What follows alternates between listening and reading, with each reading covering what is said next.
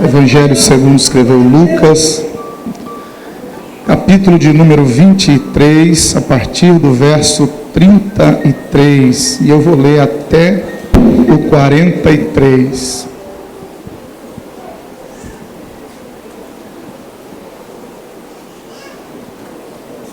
Só para eu saber se eu posso fazer a leitura, se você já achou, diga amém. Amém. E quando chegaram ao lugar chamado a Caveira, ali o crucificaram, e aos malfeitores, um à direita e outro à esquerda. E dizia Jesus: Pai, perdoa-lhes, porque não sabem o que fazem. Repartindo as suas vestes, lançaram sortes, e o povo estava olhando. E também os príncipes zombavam dele, dizendo: aos outros salvou, salve-se a si mesmo, se este é o Cristo, o escolhido de Deus. E também os soldados escarneciam dele. Chegando-se a ele, apresentaram-lhe vinagre, e dizendo: se tu és o rei dos judeus, salva-te a ti mesmo. Também por cima dele estava um título, escrito em letras gregas, romanas e hebraicas: este é o rei dos judeus. E um dos malfeitores que estavam pendurados blasfemava dele, dizendo: se tu és o Cristo, salva-te a ti mesmo e a nós. Respondendo, porém, o outro repreendia-o, dizendo: tu nem ainda temes a Deus, estando na mesma condenação? E nós, na verdade, com justiça, porque recebemos o que os nossos feitos mereciam, mas este nenhum mal fez. E disse a Jesus: Senhor, lembra-te de mim quando entrares no teu reino. E disse-lhe Jesus: em verdade te digo, que hoje estarás comigo no paraíso. Antes de você se assentar, eu queria só que você repetisse após mim, só para você fixar o texto, e na hora da ministração você está bem mais por dentro do assunto proposto. O verso 41, o ladrão diz ao outro ladrão: recebemos o que os nossos feitos mereciam. Então, se possível, eu gostaria que você repetisse essa sentença após mim. Eu vou dizer e você repita após mim, caso você queira e você possa. Vamos lá? Diga: porque recebemos o que os nossos feitos mereciam. Tome o seu assento, por favor. Queridos, é uma honra para mim, é um privilégio muito grande poder retornar aqui. Acho que eu estive aqui o ano passado, né, pastor? Estive aqui o ano passado e foi uma noite memorável, glória a Deus. E fiquei muito feliz com o convite em poder retornar. Pastor Genival, muito obrigado. Muito obrigado mesmo. Eu sei que o senhor tem aí uma gama de pregadores que poderiam vir, e o senhor, por bondade, me convidou. Deus abençoe sua vida. O senhor tem um intercessor também. Deus abençoe o senhor, todo o seu ministério. Os amigos obreiros aqui, Deus abençoe cada um dos senhores. Eu tenho certeza que se esse microfone estivesse na mão de qualquer um dos senhores, Deus iria falar com essa igreja também, porque eu estou aqui num altar muito seleto, repleto de homens de Deus. Deus abençoe todos os colegas de ministério. Deus abençoe sua vida, que abriu mão aí do conforto do seu lar e veio cultuar a Deus conosco essa noite. Há uma recompensa espiritual para você. E quero parabenizar essa igreja pelos 59 anos. E do fundo do meu coração, o meu desejo é que o Senhor multiplique a data dessa festividade até o arrebatamento da igreja.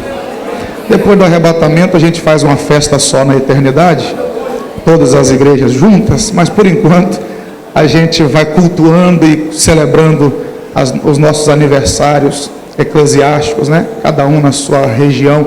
Então Deus abençoe essa igreja, o meu mais sincero parabéns. Deus abençoe mesmo no nome de Jesus.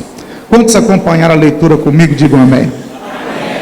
O texto que nós lemos é muito conhecido de todos nós, e ele vai nos mostrar uma história que não começa aqui no texto que nós lemos. Na verdade, era uma manhã de sexta-feira, como essa sexta que nós estamos vivendo hoje, terminando ela hoje. Era uma manhã de sexta-feira, aproximadamente uns 2000 anos atrás. E a pacata cidade de Jerusalém naquela sexta-feira amanheceu alvoroçada demais, porque um grupo de religiosos, durante a madrugada, haviam invadido o jardim do Getsêmani e haviam lançado mão de um homem, haviam manietado um homem, amarrado as suas mãos, e haviam levado aquele homem para ser julgado. O texto de Marcos 15 vai nos mostrar que nas primeiras horas do dia daquela sexta-feira, que era uma sexta-feira festiva, porque os hebreus começavam os preparativos para celebrar a Páscoa naquele dia. E o texto de Marcos 15 vai nos revelar que nas primeiras horas do dia, ou seja, assim que o sol mostrou os seus primeiros raios, por volta de 6 horas da manhã, pegaram aquele homem que eles haviam prendido no jardim e o levaram até a fortaleza Antônia, aonde residia o governador da Judéia, que era Pilatos. Levaram aquele homem para Pilatos para condená-lo à morte.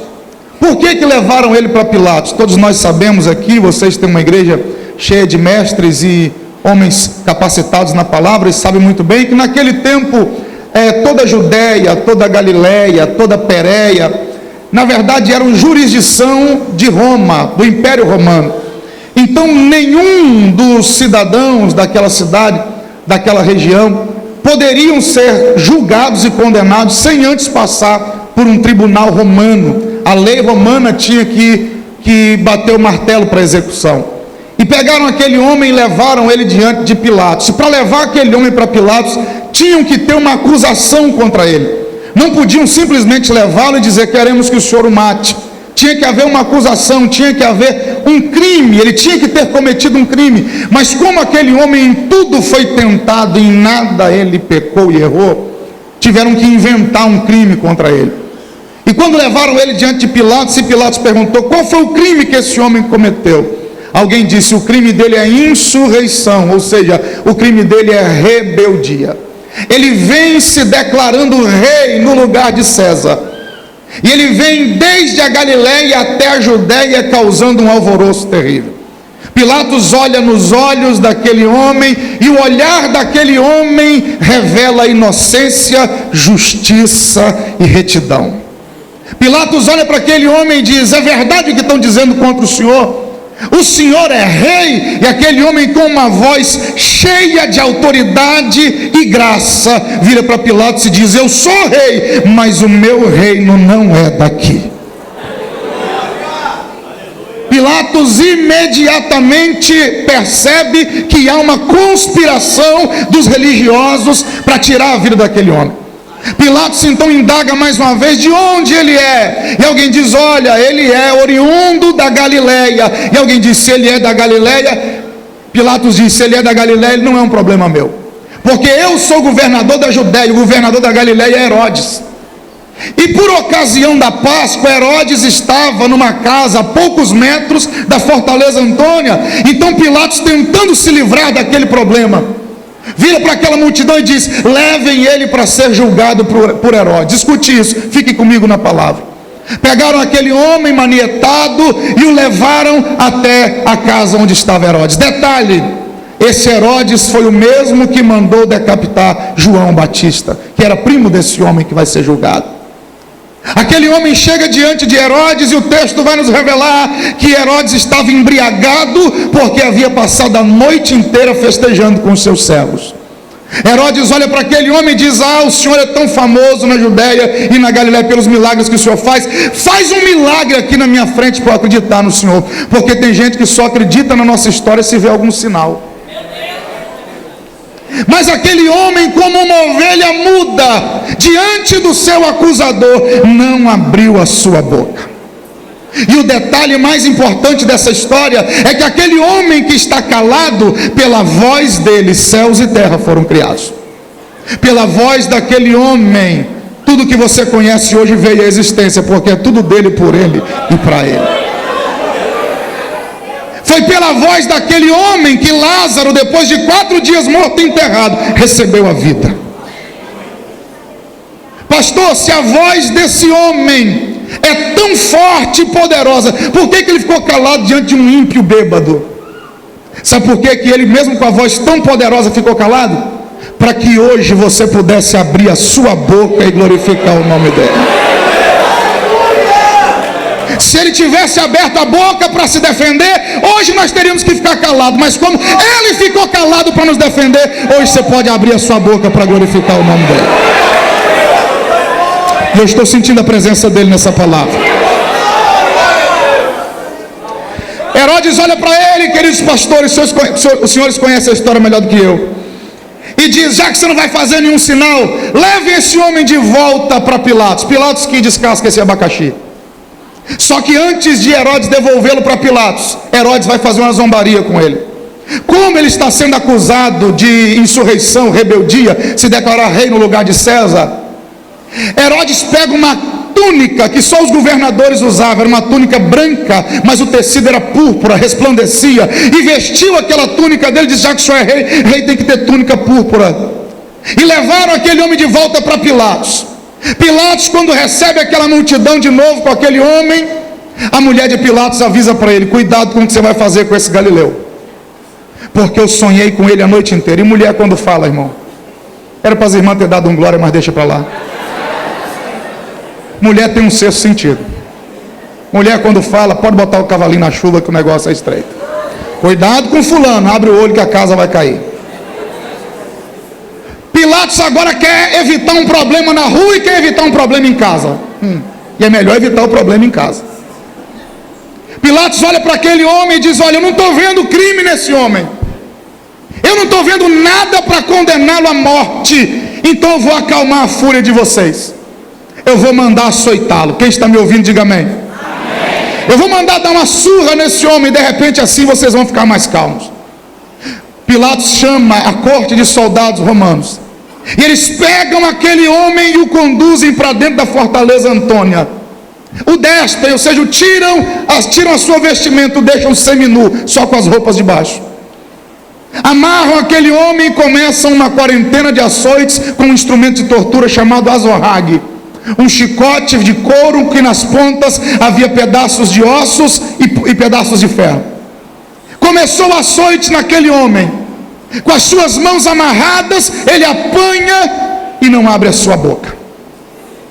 E o detalhe é que pela mão daquele homem, pão e peixe foram multiplicados. Pela mão daquele homem, cegos voltaram a ter visão. Pela mão daquele homem, surdos voltaram a ouvir. Pela mão daquele homem lá no Éden, eu e você fomos criados. Pastor, se a mão dele é tão forte, por que ele deixou ser amarrado? Para que hoje você estivesse livre, erguesse a sua mão e glorificasse o nome dele. Se ele tivesse arrebentado as correntes, hoje você estava acorrentado. Mas ele se acorrentou para que você estivesse livre hoje. É por isso que quando você levanta a sua mão aqui, o inferno inteiro fica envergonhado, porque era para você estar preso no pecado, mas você está livre por causa da mão desse homem.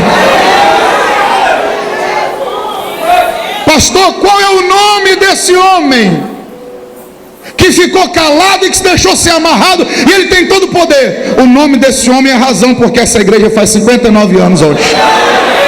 O nome desse homem é a razão porque haverá cura no teu corpo físico. O nome desse homem é a razão porque haverá salvação na tua casa. O nome desse homem é a razão porque você é alguém cheio do Espírito Santo. Pelo nome desse homem o inferno tem que se dobrar e se curvar. É pelo nome desse homem que demônios batem em retirada. É pelo nome desse homem que os céus estão em festa. É pelo nome desse homem que a igreja clama e adora. Qual é o nome dele? Jesus Cristo, o Filho do Deus vivo. E só quem vem adorar ele, ergue essa mão, faz aquele barulho que o diabo não gosta de ouvir.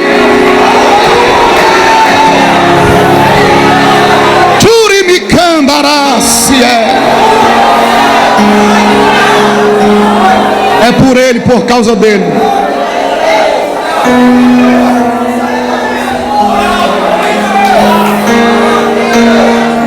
Escute isso. Começam a açoitar, a bater. começam a zombar dele, alguém cospe na sua face, alguém acerta um soco na sua face, e de repente, no meio da humilhação, obrigado querido, no meio da vergonha, que já não era pouca, um dos soldados vai incrementar um pouco mais a zombaria. Olha para ele e diz: o senhor está dizendo que é rei. Rei que é rei tem que ter capa. Pegaram uma capa vermelha, carmesim, de um soldado, na verdade de um oficial romano, que só os oficiais usavam capa, e colocaram aquela capa vermelha nos ombros de Jesus. De repente alguém incrementa um pouco mais a zombaria e o castigo e diz: o senhor está dizendo que é rei. Rei que é rei tem que ter cetro. Pegaram a cana e colocaram na mão dele. De repente alguém tem uma ideia mais mirabolante ainda e diz: o senhor está dizendo que é rei. Não existe rei sem coroa. Arrumaram um emaranhado de espinhos e teceram uma coroa de espinhos. E graças às pinturas da igreja católica, nós infelizmente temos uma noção errada da coroa que ele usou, porque fizeram uma coroa cujo centro é vazado, e essa coroa só pega na sua fronte. Mas essa coroa que foi dada a ele é uma coroa dada pelos romanos, e para os romanos, coroa que tem o centro vazado é coroa que se dava a atletas. Jesus não estava sendo condenado por ser atleta, porque era rei, e a coroa dos reis de Roma não era vazada ao centro, porque ninguém pode ver o alto da cabeça de um rei. Então a coroa era como se fosse um ninho de pássaro virado ao contrário, pegava todo o seu couro cabeludo. Então teceram aquela coroa de espinhos como se fosse um capacete. Foram mais espinhos do que você pensa. E como ninguém mediu a circunferência da cabeça dele, quando foram botar a coroa, ela não entrou. Aí alguém teve a ideia: eu sei como é que faz entrar. Pegou a cana da mão dele e bateu com toda a força naquele emaranhado de espinhos, e os espinhos entraram, perfuraram o seu couro cabeludo, e o sangue jorrava, a dor aumentava, e ele não abria a sua boca.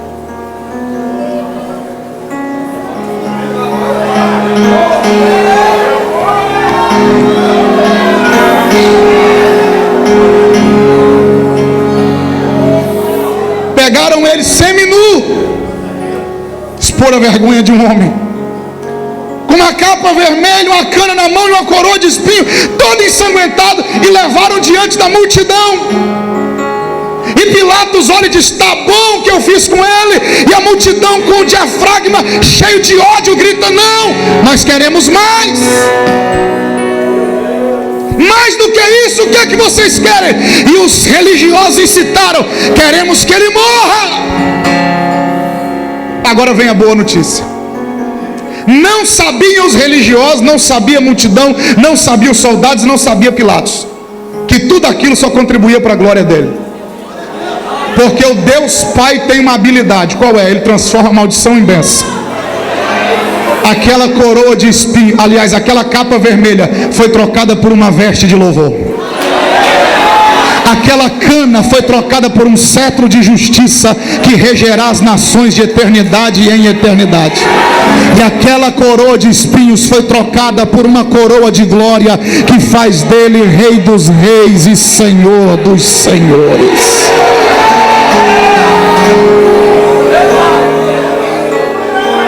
Ele está diante da multidão, queridos amigos.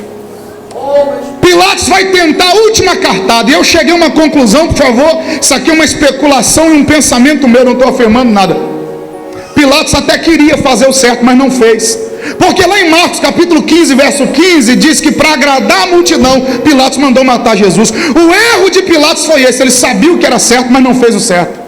E quem sabe o que é certo e não faz, comete pecado. O erro de Pilatos foi ter senso de justiça, mas não fazer justiça. O que adianta eu saber o que é certo e fazer o errado? É aí que está o erro. Eu tenho uma alma justa, mas não pratico justiça, eu estou errado. Pilatos então olha e diz: eu vou dar a última cartada. Escute isso aqui. Vocês sabem que hoje é Páscoa, é feriado, e Páscoa representa libertação para os hebreus, e a lei me permite dar uma carta de alforria para alguém.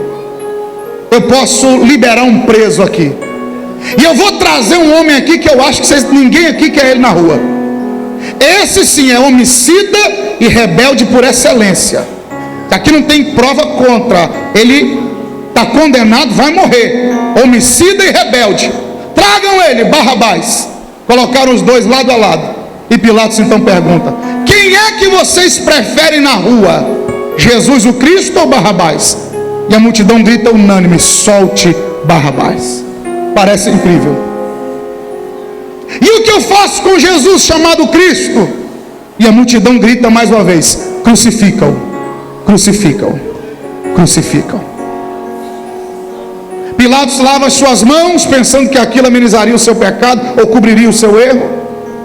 Mas a única coisa que você pode lavar ou ser lavado por ele para purificar o seu erro é o sangue de Jesus, mais nada. Água não limpa pecado. João capítulo 19 verso 17 diz: e ele mesmo, colocando a cruz nos seus ombros, saiu em direção ao lugar chamado Caveira. O instrumento que o mataria é ele quem carrega. O instrumento que tiraria a sua vida, ele tem que levar nos seus ombros. E ele sai levando a sua cruz em direção ao lado de fora da cidade, a um monte chamado Caveira, Calvário ou Gólgota, como você queira, tanto faz a pronúncia, é o mesmo lugar. Por que tinha que ser do lado de fora da cidade? Porque lá em Deuteronômio Deus falou pela boca de Moisés: ninguém pode ser pendurado no madeiro dentro da cidade, vai amaldiçoar a cidade inteira. Então tinha que ser do lado de fora da cidade. E ele agora coloca a cruz nos seus ombros e parte em direção ao lugar chamado Caveira. Preste atenção nisso aqui. Marcos vai dizer que ele é crucificado na 3ª hora do dia, 9 da manhã. Ao meio-dia vem trevas, e às 3 da tarde, na 9ª hora, ele entrega o Espírito ao Pai, e ao entardecer ele é tirado da cruz. Se ele foi crucificado às 9, e se nas primeiras horas do dia ele foi apresentado a Pilatos, então ele sai da Fortaleza Antônia por volta de 7h30, 8 horas da manhã, porque às 9 ele tem que estar no alto do Calvário. O café da manhã dele foi carregar a cruz. Ele coloca a cruz, ou pelo menos a parte horizontal dela, patíbulo, coloca nos ombros e parte em direção ao monte chamado Caveira. Detalhe: todo acusado tinha que carregar a acusação no peito. Então a placa que pregaram no alto da cruz antes esteve no peito dele, amarrado por uma corda, porque como ele passava na cidade, quem via ele morrendo tinha que saber por que ele estava morrendo. Então a placa ficava no peito, como se fosse um cordão, e alguém dizia: está morrendo porque é homicida, está morrendo porque é ladrão. Mas nele estava escrito em grego, aramaico e latim: está morrendo porque é rei. Como não tinha acusação, escreveram nessas 3 línguas. Detalhe: latim era a língua dos ricos, o grego era a língua dos romanos, o aramaico era a língua dos pobres. Qualquer classe social, quem olhou não vai poder dizer que não sabia. E ele sai carregando a cruz. Marcos capítulo 15 verso 21. A certa altura do caminho ele deixa a cruz cair. Ele está cansado, ele não tomou café, ele apanhou a noite inteira, não dormiu, passou a madrugada orando e suando sangue. O corpo físico está debilitado. A cruz pende e cai. O texto diz que nessa hora tem um homem chamado Simão, oriundo da cidade de Cirene, atual Líbia, norte da África, 18 quilômetros depois do mar Mediterrâneo. E o texto diz de Marcos que aquele homem vinha do campo para Jerusalém. Mateus vai falar sobre isso também, Lucas também vai falar. E aquele homem chamado Simão está entrando em Jerusalém, vindo do campo, e o soldado romano constrange Simão a carregar a cruz de Jesus. Eu estava fazendo a minha leitura devocional final do ano passado, agora, mês de novembro, por aí. Eu cheguei no Evangelho de Lucas, e quando eu li esse texto, verso 26 do capítulo 23 de Lucas, você vai ver Lucas falando sobre isso, no verso 26 do capítulo que nós lemos. Quando eu li o verso 26, o Espírito Santo ministrou meu coração, pastor. Por quê? Porque quando Jesus está saindo com a cruz, o que a cruz representa? A cruz é o propósito dele, porque ele veio para morrer na cruz.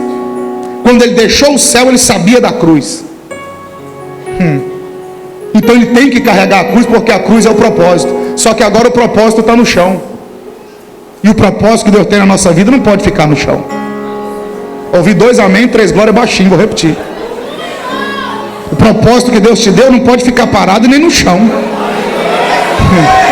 O propósito dessa igreja não pode parar. Nós vamos ter um arrebatamento no propósito que Deus tem para nós. Só que o propósito agora está no chão. Mas nessa hora, para ajudar a tocar para frente o propósito, apareceu Simão.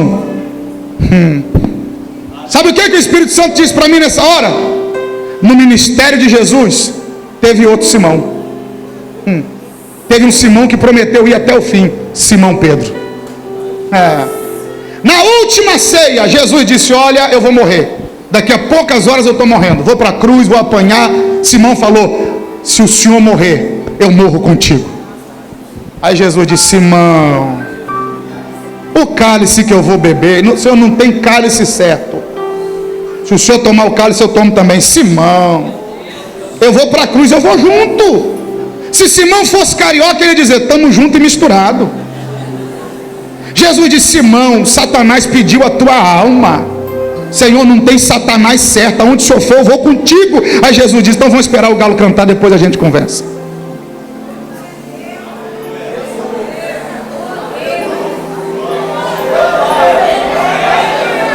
Onde eu quero chegar? Aqui, ó. Teve um Simão que falou: eu vou contigo até o fim. Só que quando a cruz caiu, ele não estava lá, porque tinha negado Jesus na madrugada. A última negativa de Simão acerca de Jesus, a empregada da casa de Caifás. Não foi um soldado com uma espada na mão, foi um adolescente que só sabia lavar prato. Olhou para Simão e falou: você é um deles. E ele, com medo da menina, falou: eu nem conheço esse camarada. E o texto diz que ele amaldiçoou Jesus. Nessa hora Jesus olha para ele, no pátio da casa de Caifás, com a fogueira acesa. O Simão que prometeu ajudar não estava lá quando a cruz caiu. Quando a cruz caiu, quem era para estar lá era Simão Pedro. Não era Simão Cirineu não, porque Simão Cirineu não prometeu nada. Quem prometeu foi Simão Pedro. Agora, quando Simão já bateu no teu ombro e disse: eu vou contigo até o fim? Quando Simão já passou e disse: aonde você for, eu vou contigo, rapaz. Pode contar comigo. Mas quando veio a cruz, quando veio a coroa, quando veio tudo, ele foi o primeiro a correr. Porque na bênção você vê a quantidade de amigos, na prova você vê a qualidade dos amigos. Vocês estão aí?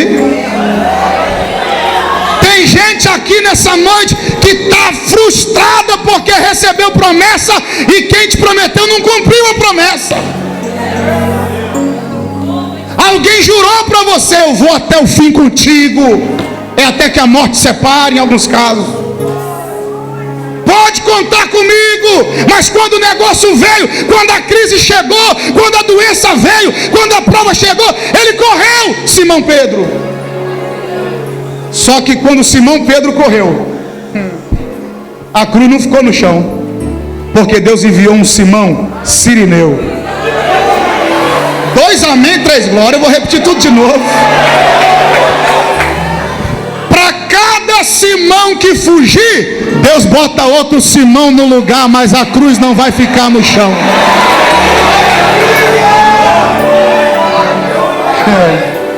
Você me ajuda aí, eu vou incomodar quem está do seu lado pela primeira vez. Só se você puder e quiser e tiver liberdade para isso, fala para ele: para cada Simão que fugir, Deus manda outro no lugar, mas a cruz não fica no chão.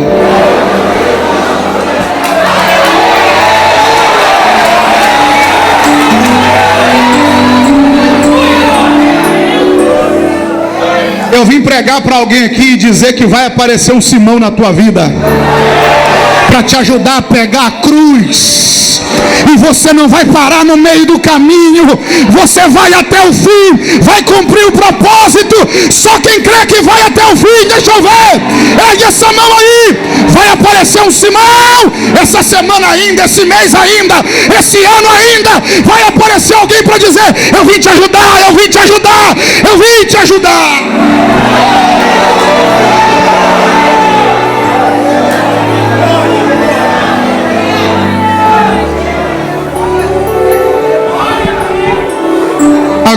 pergunta. Cirene, atual Líbia, naquele tempo, sem avião, para chegar em Jerusalém, 45 a 60 dias de viagem. Antes de Simão negar, Simão Pedro negar, Deus já sabia que Simão ia negar. Aí tinha um Simão do outro lado do continente. Aí Deus toca no coração dele e diz: atravessa.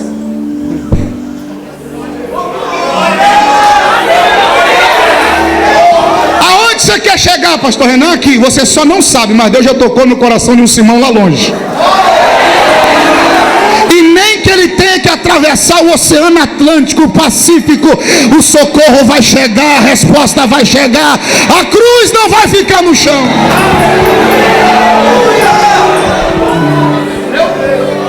O que esse Simão está fazendo em Jerusalém 8 horas da manhã? Irmão, Jesus morreu às 9, me ajuda, vamos lá, aqui tem muita exegeta, vocês vão me ajudar agora. Jesus subiu na cruz, ou foi crucificado no alto do caveiro às 9, que horas? 9. Então Simão, o sirineu, encontrou ele por volta de 8 horas da manhã, que tinha o processo da crucificação ainda, e ele estava no meio do caminho. O que um homem ia estar fazendo em Jerusalém na Páscoa, um africano, um homem da África? 8 da manhã, entrando em Jerusalém num dia de festa. Eu já ouvi tanta coisa sobre Simão. Simão estava vindo do campo, então estava vindo do trabalho, só se ele fosse guarda noturno, porque era 8 horas da manhã. Só se ele trabalhou a madrugada inteira, ninguém colhe nada de madrugada. Não dá para vir do campo colhendo as coisas de madrugada, não. Aí eu fui pesquisar. Champlin, um dos maiores e mais profundos comentaristas bíblicos que eu conheço. Wiersbe, um dos mais profundos que eu conheço também. Os dois concordam com o mesmo pensamento que eu sempre tive. Simão estava em Jerusalém 8 horas da manhã na sexta-feira, porque ele estava indo participar do culto da Páscoa. Porque lá em Atos capítulo 6 verso 8, no apedrejamento de Estevão, haviam homens da sinagoga de Cirene. Então lá em Cirene tinha sinagoga. Lá em Cirene tinha judeu convertido.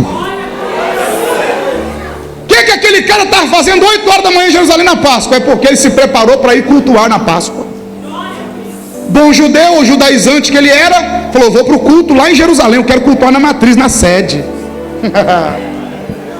E o culto começava às 9. Olha o culto da Páscoa, eu já estou caminhando para o final. Na Páscoa, às 9 da manhã, o sumo sacerdote matava o cordeiro no átrio do templo. Haviam 2 pátios, o pátio dos gentios e das mulheres, e o pátio dos judeus e dos judaizantes, onde só os homens entravam, de roupa branca. Por quê? Porque o sumo sacerdote, exatamente 9 da manhã, matava o cordeiro, derramava o sangue do cordeiro em cima do altar, pegava uma esponja, embebedava no sangue do cordeiro e salpicava as vestes brancas de quem estava em volta do altar. Por que João, na ilha de Patmos, teve uma visão de uma multidão subindo com a veste salpicada de sangue? Porque Jesus está falando uma língua que João entende. João, do mesmo jeito que na Páscoa o sangue do cordeiro purifica o pecado, o meu sangue purificou o pecado da igreja. Então os homens, só os homens entravam no átrio e ficavam em volta do altar. E quanto mais perto do altar estivesse, mais sangue do cordeiro recebia. Então todo mundo ia com a roupa branquinha e ficava em volta do altar. Aí o sacerdote embebedava a esponja no sangue e jogava em cima do povo, e quem ganhava uma gota do sangue voltava para casa todo feliz: ganhei uma gota do sangue. Aí eu vou especular, não estou afirmando, estou especulando, é o que eu quero acreditar. Você acredite se você quiser. Simão se preparou 2 meses e falou: eu vou participar do culto lá em Jerusalém. Quando deu 8 da manhã, ele falou: vou para a igreja que eu quero chegar cedo, eu sou de Saracuruna. Eu chego cedo no culto para arrumar um bom lugar para sentar. Simão falou: quero ficar em pé em volta do altar. Botou a roupinha branca dele. Quando ele entrou em Jerusalém, quando o texto escrevia do campo, o campo ali é o mesmo campo onde Judas se enforcou. Então o que o texto está dizendo? Ele vinha do campo para Jerusalém. Está dizendo que ele vinha de fora para dentro, e Jesus estava indo de dentro para fora. Os dois se encontraram no meio do caminho. Jesus saindo, Simão entrando. Simão disse: vou para o culto, roupa branca, vou pegar um lugar na frente, eu quero o sangue do cordeiro. Quando Simão entrou em Jerusalém, tem uma cruz caída, um homem com a coroa de espinho, uma placa no peito: rei dos judeus. O soldado olha para ele e fala: você que está indo para a igreja, pega a cruz dele. Porque crente sempre vira referência. Pega o crente, olha o crente. Pega a cruz dele. Ô guarda, eu estou indo para a igreja. Se eu pegar a cruz desse homem, vai sujar minha roupa toda. E eu quero uma gota do sangue. Pega a cruz dele.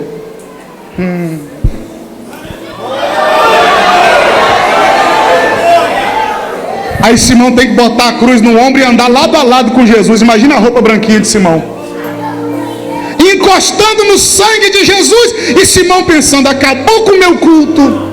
E Deus olhando do céu dizendo: agora que seu culto começou de verdade, Simão. Simão, o sangue do cordeiro que você ia ganhar lá no átrio, todo ano você tem que voltar para receber o sangue desse Galileu. Uma vez que ele te toca, a sua vida muda por completo. Eu vou liberar a palavra. Alguém entrou aqui essa noite dizendo: eu quero pelo menos uma gota. Você vai sair daqui lavado, lavado, lavado, lavado no sangue de Jesus. Deixa eu ver quem recebe essa palavra. Você vai ganhar mais que uma gota hoje.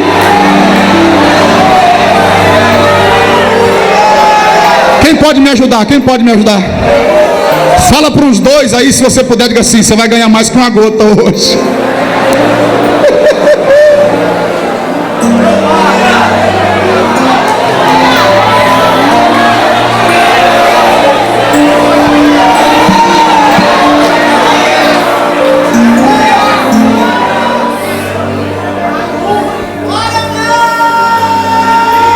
Ele está na casa.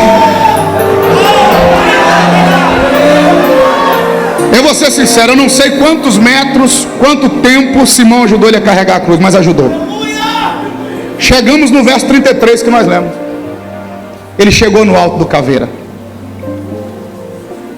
Deitam ele na cruz. A haste vertical normalmente ficava lá no alto do Calvário. Pregam ele, mãos e pés, e exatamente às 9 da manhã, exatamente às 9, ele é erguido na cruz. Na mesma hora que o cordeiro estava morrendo no átrio, ele estava sendo erguido na cruz. Aquele dia aconteceram 2 cultos simultâneos em Jerusalém. Enquanto o sacerdote fazia um culto no templo, tinha um culto acontecendo no alto do Calvário. Todo ano Deus recebia o sacrifício do cordeiro do templo. Aquele dia Deus recebeu o sacrifício do cordeiro que estava no Calvário. Ergueram ele na cruz. Eu vou caminhar para o final aqui.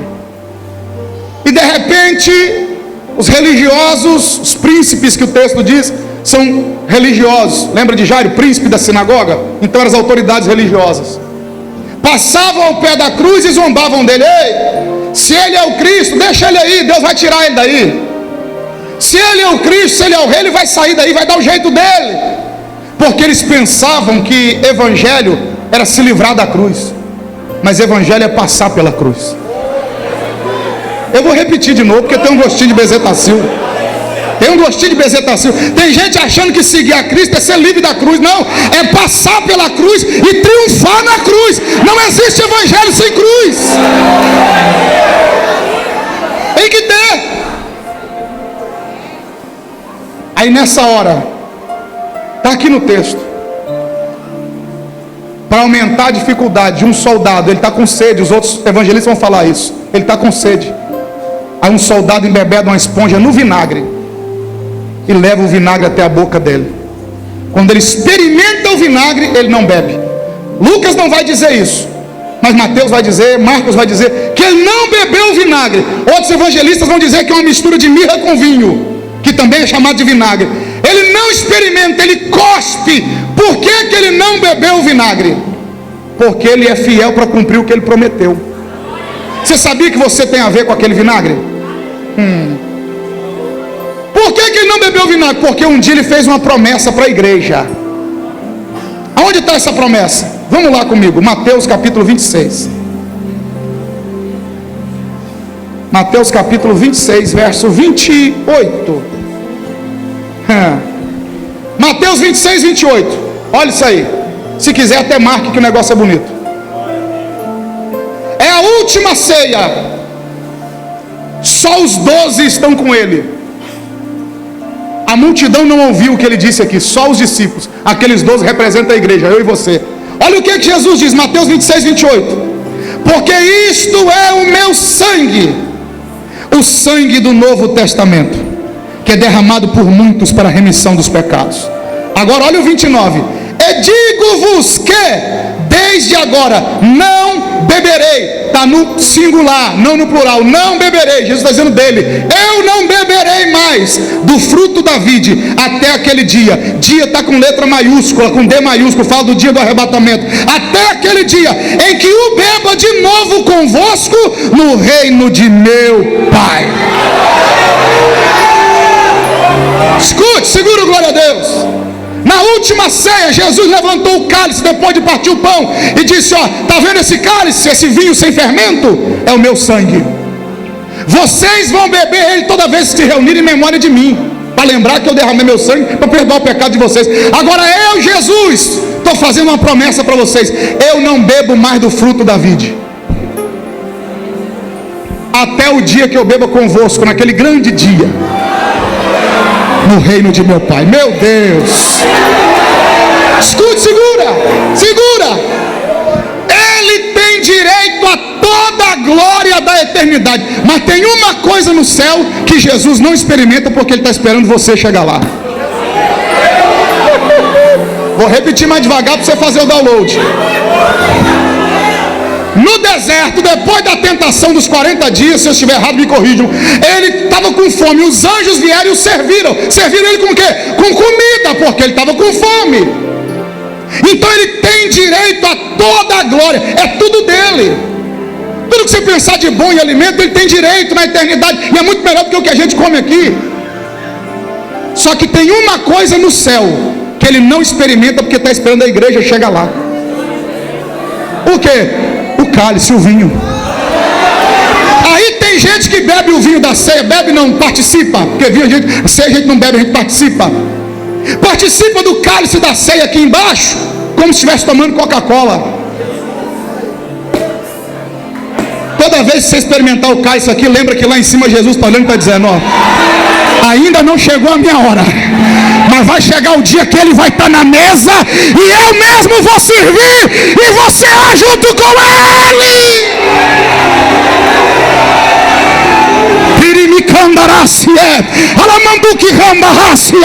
Ergue essa mão, faz aquele barulho que o diabo não gosta de ouvir. Ele está esperando a igreja chegar lá.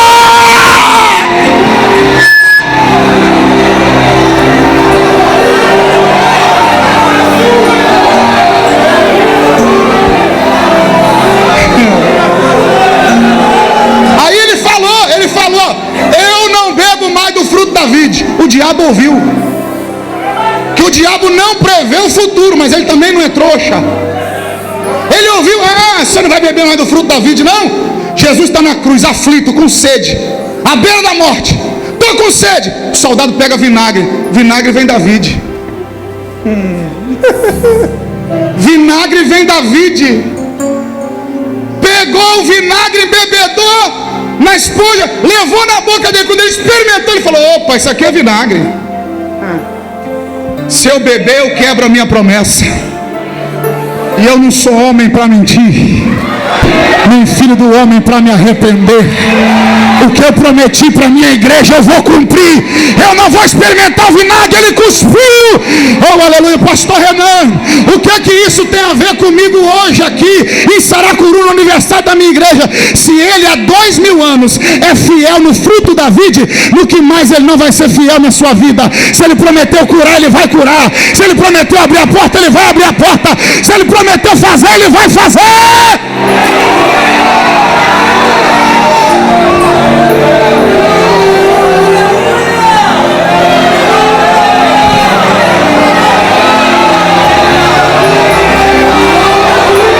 Ele é fiel.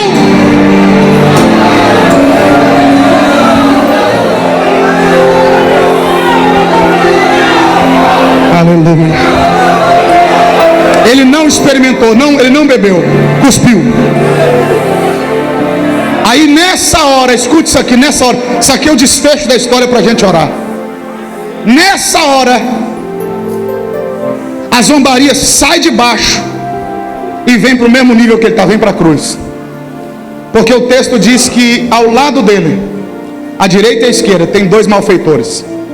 Mateus e Marcos chamam esses homens de ladrões. Lucas pega leve e diz malfeitores.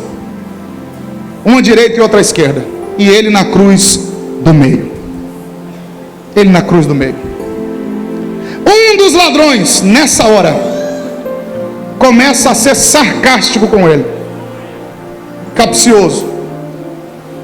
Olha para a cruz do meio e diz: ei, se tu és o Cristo, faz um favor para todo mundo aqui, desce dessa cruz, se salva, e depois me salva também. Aí o outro ladrão interpela o primeiro e diz: não, não é assim não. Nem na hora da morte você consegue temer a Deus, rapaz. Nem morrendo igual a ele você consegue ter temor a Deus. Deixa eu te contar um negócio. Nós estamos na cruz porque os nossos feitos mereceram.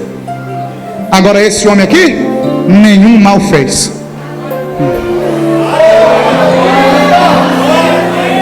Aí o ladrão corta a conversa com o primeiro ladrão, vira para Jesus e diz: Senhor,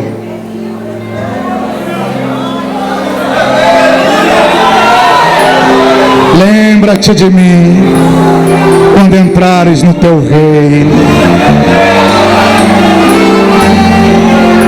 Aí Jesus responde: em verdade eu te digo, eu não estou de brincadeira, eu estou falando em verdade, ainda hoje estarás comigo no paraíso.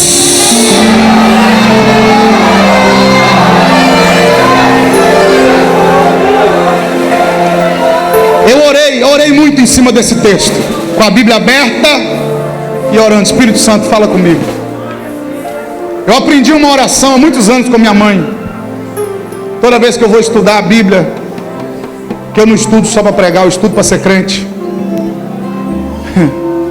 eu digo: Espírito Santo, me mostra o que os meus olhos não conseguem ver.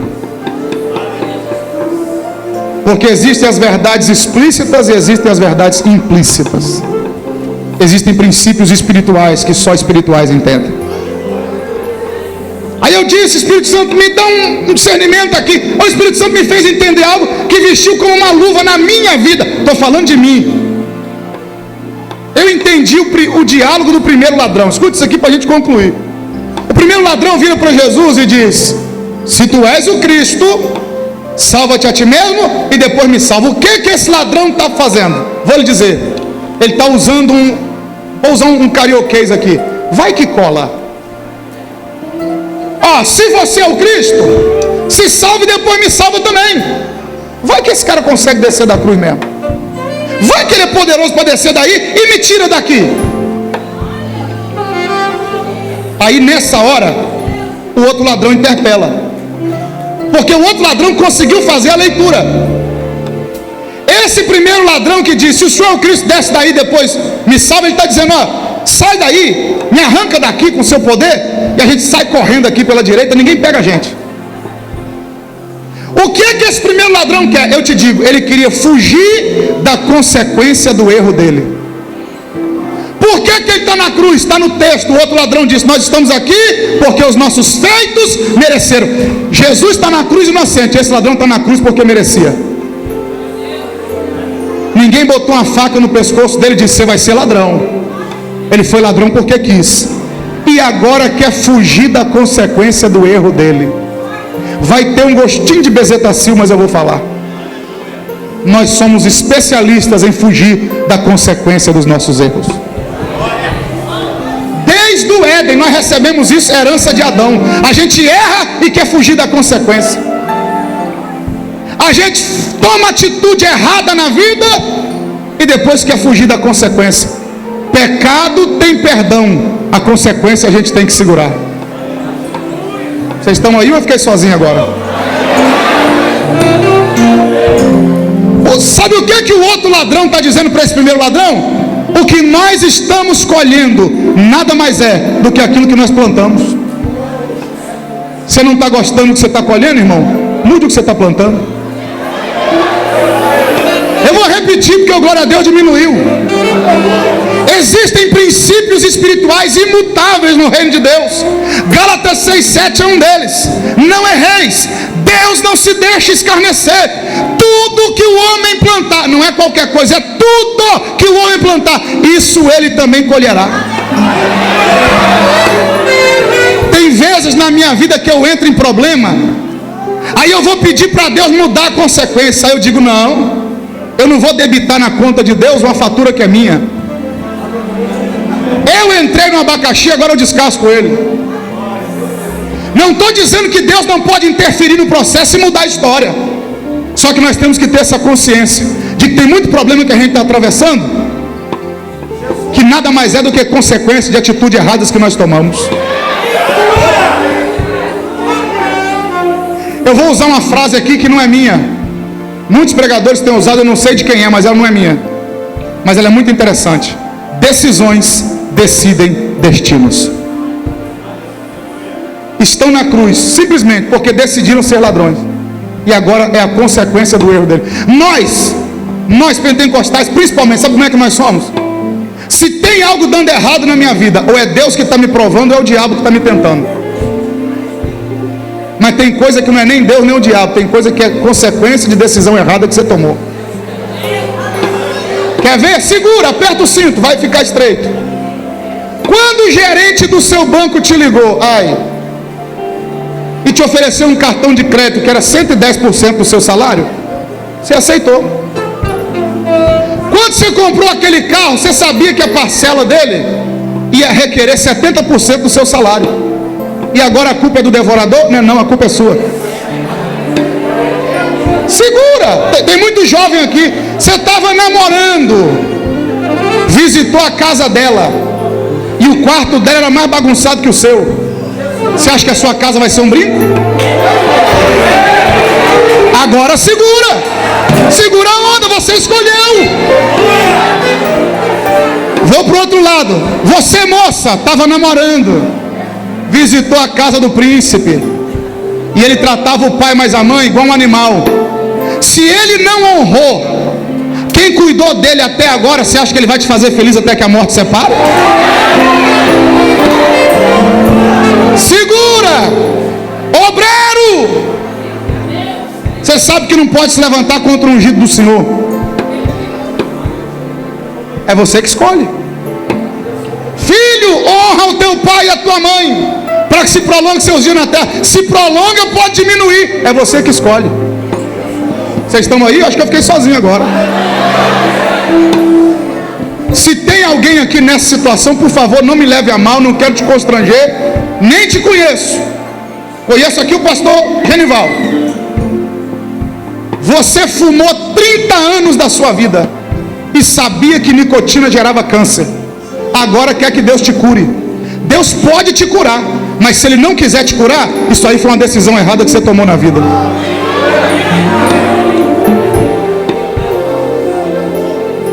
Você sabia que álcool gerava cirrose, e agora quer que Deus te dê um fígado novo? Ele pode te dar, mas se Ele não te der, porque como Ele é Deus, Ele pode dizer não também. Estou cansado desse evangelho que Deus tem que trabalhar para mim. Não é Ele que me serve, sou eu que sirvo Ele.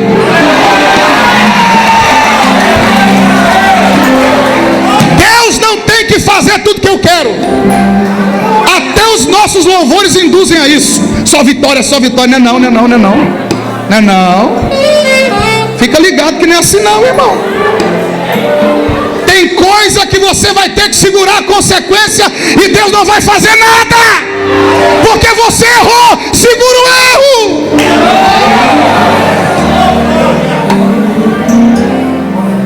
Jesus não livrou o ladrão na cruz, mas deu a vida eterna para ele. Mas a cruz ele teve que enfrentar.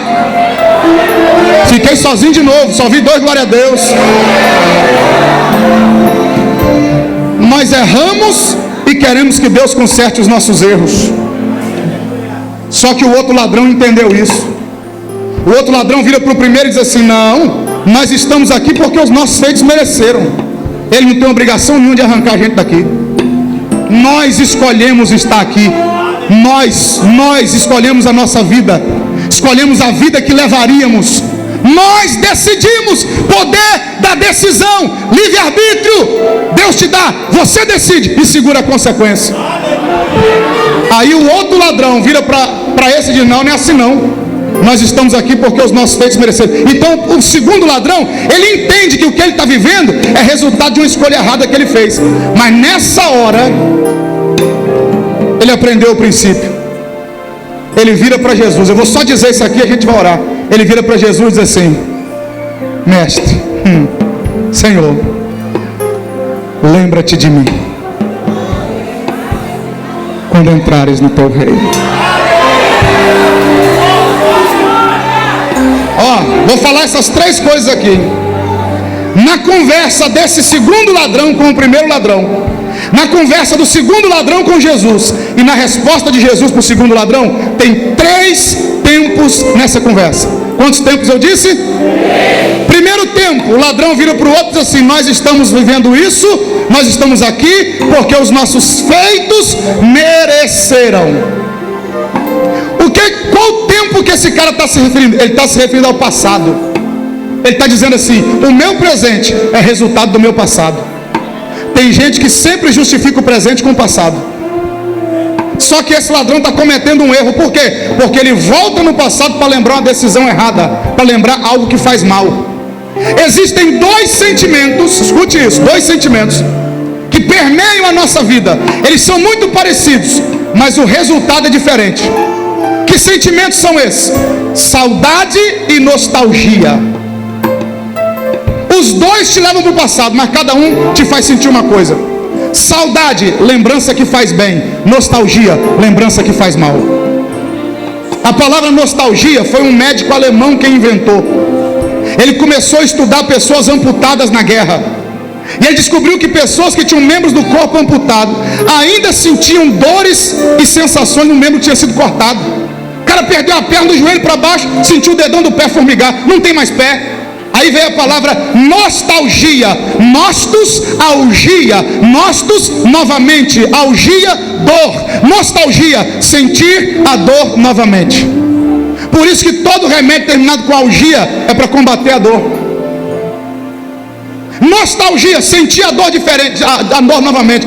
Tem gente que vive no passado, mas com sentimento errado. Vive no passado, sofrendo por aquilo que Deus já arrancou da vida dele. Vive no passado, obrigado querido, sofrendo por coisa que já não tem jeito de mudar. Eu vou dar um exemplo aqui. Há 10 anos atrás teve uma desilusão amorosa. A pessoa já casou, já tem filho, está feliz, e até hoje você bota a cabeça no travesseiro e chora. Aí Deus está dizendo: para de sofrer por aquilo que passou. Mais uma. Há 20 anos atrás o cara teve um problema numa igreja, ou foi um problema para uma igreja, que eu não estava lá, eu não sei. Porque tem gente que tem problema e tem gente que é problema em igreja. Toda igreja que ele entra, ele lembra da primeira e diz: igreja é tudo igual. Deus está dizendo: eu tenho um novo tempo para a sua vida, rapaz. Para de sofrer por aquilo que passou, eu quero renovar a tua vida. Vive no passado, sofrendo por coisa que não pode mudar. Aí diz: o meu presente está assim por causa do meu passado. A Bíblia nunca te mandou sentir nostalgia, mas sempre te incentivou a sentir saudade. Quando a conversa é nostalgia, olha o que Paulo diz: esqueço as coisas que para trás ficam. Me faz mal lembrar disso. Prossigo para o alvo que é Cristo Jesus. Agora, quando a conversa é saudade, porque todo carro tem que ter retrovisor, só que o retrovisor não pode ser maior que o para-brisa. Então você tem que olhar mais para frente e menos para trás.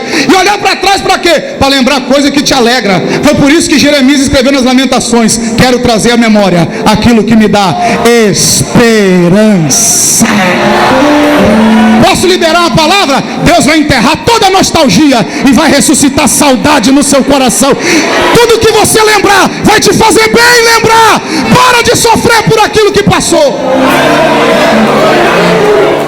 Primeiro tempo é o passado. Segundo tempo da conversa, o ladrão vira para Jesus e diz: lembra-te de mim quando entrares. Repita comigo: entrares. O verbo está no futuro. Então a primeira conversa está no passado. Segunda, está no futuro. O cara diz: olha, eu acredito que Deus pode mudar a minha história, mas só no futuro. Lembra-te de mim quando entrares. Aí nós somos assim. Para para justificar o presente, a gente bota tudo na conta do futuro. Esse ano não deu, mas ano que vem vai dar. Essa semana eu não fiz não, mas semana que vem eu vou fazer.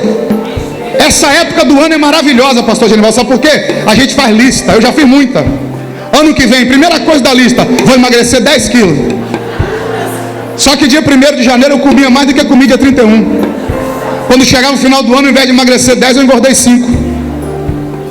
Porque a gente bota tudo na conta do futuro, né? Ó, esse mês não deu, mas mês que vem eu vou dizimar e vou ofertar. Mês que vem eu vou terminar aquele curso. Mês que vem eu faço. A gente bota tudo na conta do futuro. E o presente continua do mesmo jeito. Vocês estão aí?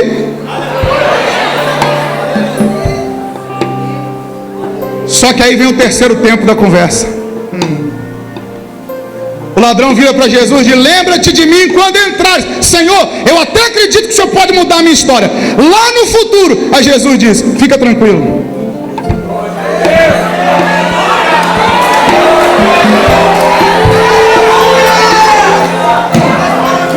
A mudança não foi no passado e nem vai ser no futuro. Sabe quando é que eu vou mudar a sua história? Ainda hoje.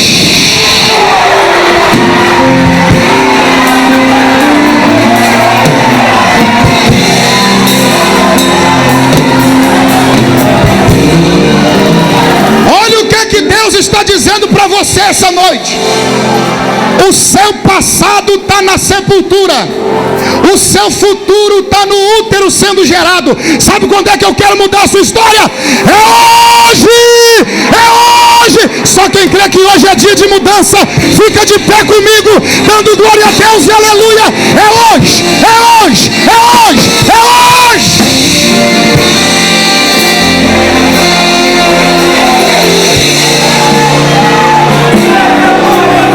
Você me ajuda aí? Você me ajuda? É a última vez que eu incomodo quem está do seu lado, mas eu queria que você falasse para o máximo de pessoas que você puder. Diga para ele: é hoje.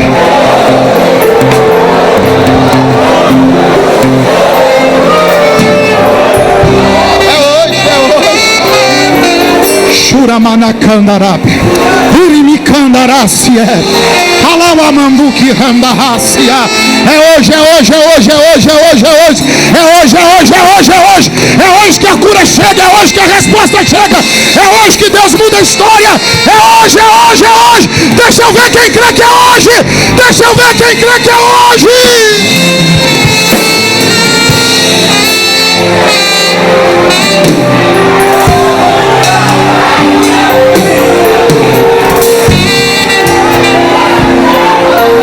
O único tempo que Deus te deu para mudar a sua história hoje. O amanhã não nos pertence. O passado já passou. Se você tiver que fazer alguma coisa, faz hoje. Se é para perdoar, perdoa hoje. Se é para amar, ame hoje. Se é para dar glória a Deus, dá glória a Deus hoje. Se é para ofertar, oferta hoje. Se veio cultuar, cultua hoje. Se é para adorar, adora hoje. É hoje.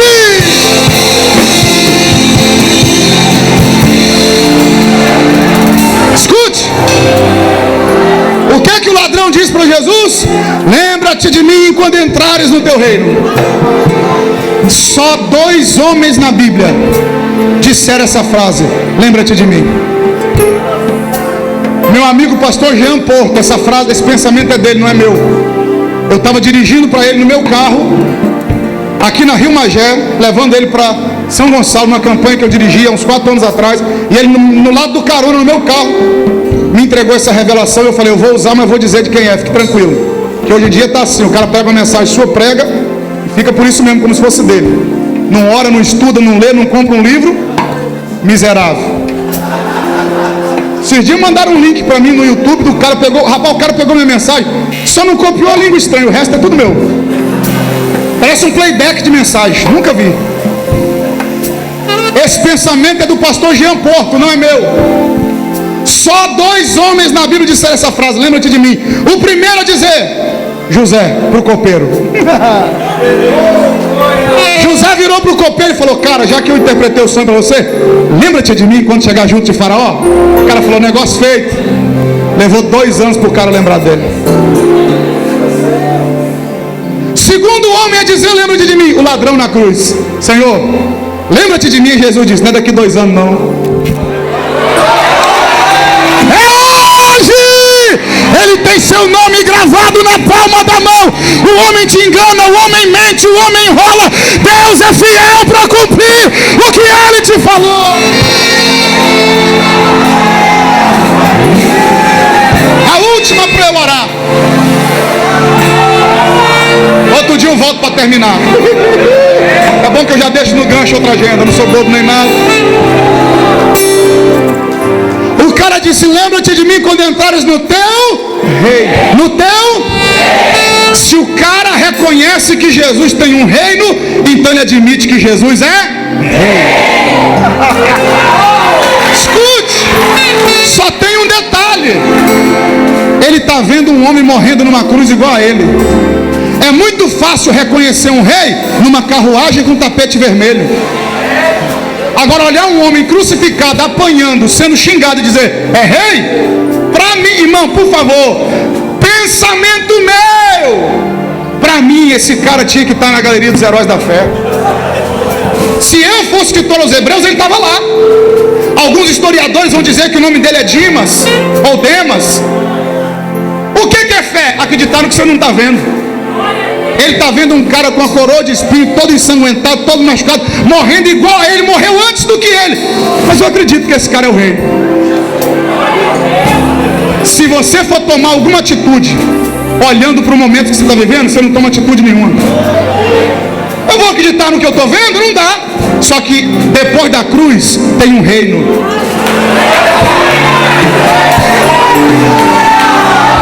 O problema é que você só está vendo a cruz. Olha depois da cruz, porque depois da cruz tem um reino de glória. Tem um reino de glória. Tem um reino de glória. Porque tem gente que é assim, para eu voltar para Jesus, eu tenho que parar de fumar, parar de beber, largar todas as amantes que eu tenho, dizendo, vem do jeito que você está. Eu mudo a sua história, porque depois da cruz vem a glória. Escute. Ele disse, lembra-te de mim quando entrares no teu? Mas Jesus disse, ainda hoje estarás comigo, não? O cara está dizendo, depois que o Senhor voltar na segunda vinda, que o Senhor estabelecer seu reino na terra, o Senhor lembra de mim para trabalhar no reino aí? Aí Jesus diz, não vai demorar isso tudo não. Você está querendo o reino, mas eu vou te levar na antessala do reino, vou te levar no paraíso. Se nós cruzarmos as informações bíblicas, a Bíblia vai nos mostrar que quando Jesus morreu, ele desceu às partes mais baixas da terra e levou cativo o cativeiro. Quem é que estava lá nesse cativeiro? Os heróis da fé que morreram no Antigo Testamento. E agora Jesus vai conduzir esses homens ao mesmo lugar onde está levando o ladrão. Agora imagine o ladrão entrando no mesmo ambiente que Abraão, Isaac, Jacó, Davi. Jesus e o ladrão. Jesus disse, você vai comigo, os dois entrando. Aí Abraão olha para o cara e diz, vem cá, você era patriarca? Ele diz, não. Aí vem Arão, Moisés, então você era sacerdote. Sacer o quê? Aí vem Elias e Eliseu, então você era profeta. Eu digo, que profeta?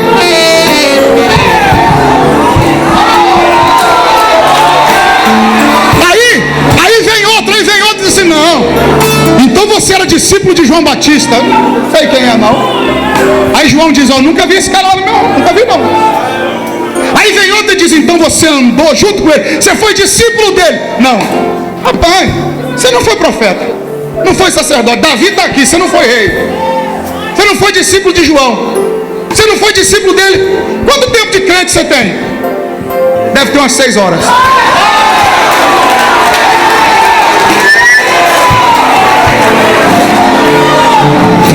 Rapaz, 6 horas de crente. Como é que você veio parar aqui? Como é que eu vim? Eu não sei. Mas eu vou te explicar o que aconteceu. Eu tinha 6 horas de vida. Porque ele fala com Jesus antes do meio-dia. O cara vai morrer às 6 da tarde. O cara tem 6 horas de vida. Se um cara que só tem 6 horas de vida está preocupado com o futuro, por que você que tem a vida inteira pela frente não se preocupa com ele? Cara, eu tinha 6 horas de vida. Eu olhei para a cruz e vi uma placa em cima da cabeça dele, Rei dos Judeus, e eu acreditei. Virei para ele e falei: eu acredito que o senhor é rei. O senhor lembra de mim? Eu estava pensando em encontrar com ele daqui uns 1000 anos, mas ele falou: não, ainda hoje. E eu estou entrando aqui agora com ele. Qual o nome disso? Graça, graça, graça. E só quem já foi tocado pela graça, levante a mão e adore o nome dele. É pela graça. Nada além do sangue de Jesus.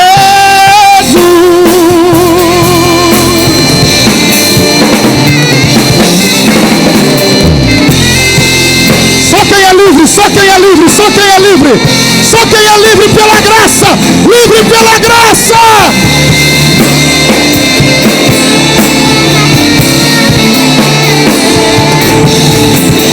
Nada além do sangue de Jesus.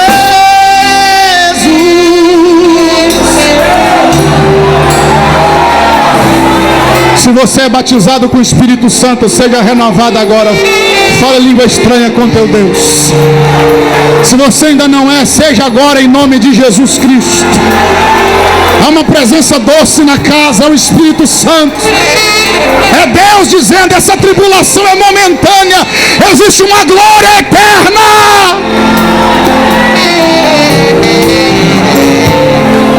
Senhor, em nome de Jesus, aqui está a tua igreja, aqui está o teu povo, Senhor, debaixo da revelação da sua palavra. Senhor, quantos erros nós cometemos, quantas falhas nós cometemos, mas a tua palavra nos revelou essa noite que a tua graça, a tua misericórdia é maior que qualquer erro que possamos cometer. Senhor, sabemos que momentos de dificuldade virão, mas o Senhor está conosco para mudar o nosso futuro, para mudar a nossa história. Que assim seja, em nome de Jesus. Agora eu quero aqui na frente você que está afastado da casa do Pai. Você está achando que entrou aqui por acaso? O Espírito Santo te trouxe aqui para mudar a sua história. Até quando você vai ficar longe da casa do Pai? É noite de mudar a sua história. Você que nunca aceitou Jesus como Salvador, nunca aceitou Jesus como Salvador, não estou te apresentando uma religião, estou te apresentando um Deus que muda o seu futuro. Só que o único momento que você tem para tomar essa decisão é hoje. O amanhã não nos pertence. Não vou me estender, não vou demorar.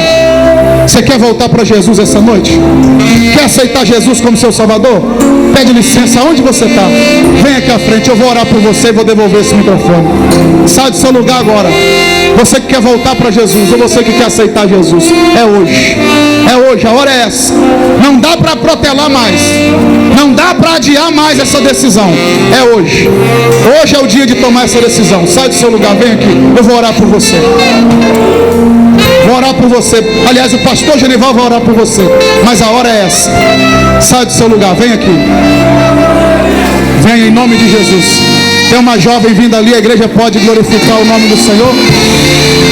Uma corajosa. Deus está mudando o rumo da sua história, minha filha. Deus está mudando o seu futuro. Eu sei que tem mais gente aí. Eu sei que tem mais gente aí.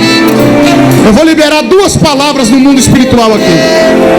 De repente você está se sentindo preso aí no seu lugar. João 8,32 e João 8,36. Conhecereis a verdade vos libertará. Se pois o Filho vos libertar, verdadeiramente sereis livres. Você é livre para tomar essa decisão. Tudo que te prende nesse banco, seja repreendido agora em nome de Jesus. Você é livre, sai do seu lugar.